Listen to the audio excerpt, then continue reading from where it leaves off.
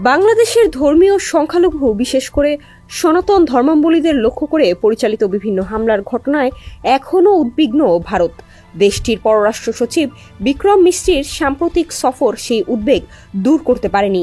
শুক্রবার লোকসভায় প্রশ্নোত্তরে তিনি বলেন, ঢাকা সংখ্যালঘুদের নিরাপত্তায় ব্যবস্থা নেবে বলে আশা করছে নয়াদিল্লি।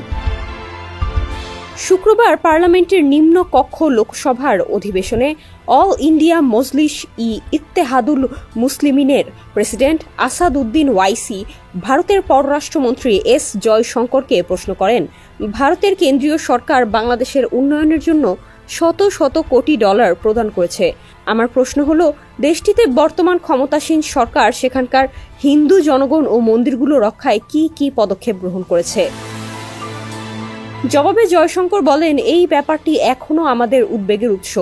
গত কয়েক মাস ধরে বাংলাদেশের সংখ্যালঘুদের লক্ষ্য করে বিভিন্ন ধরনের হামলা ও নিপীড়নের ঘটনা ঘটেছে। আমরা এই ইস্যুতে তাদেরকে আমাদের উদ্বেগ জানিয়েছি। তিনি আরও বলেন, সম্প্রতি আমাদের পররাষ্ট্র সচিব ঢাকা সফরে গিয়েছিলেন। সেখানে যে কয়েকটি বৈঠকে তিনি অংশ নিয়েছেন, প্রতিটিতেই আমাদের উদ্বেগের ব্যাপারটি তুলে ধরেছেন।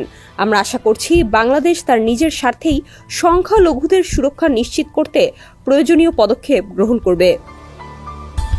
গত 9 ডিসেম্বর এক সংক্ষিপ্ত সফরে ঢাকা এসেছিলেন ভারতের পররাষ্ট্র সচিব বিক্রম মিশ্রি। বাংলাদেশের পররাষ্ট্র সচিব এবং বর্তমান অন্তর্বর্তী সরকারের প্রধান উপদেষ্টা ডক্টর মোহাম্মদ ইউনূসের সঙ্গে বৈঠক শেষে ওই দিন দেশে ফেরেন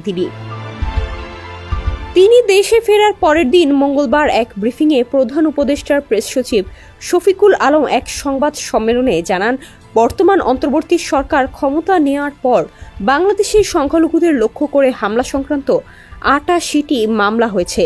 এসব মামলার আসামিদের মধ্যে 70 জনকে ইতোমধ্যে গ্রেপ্তার করা হয়েছে।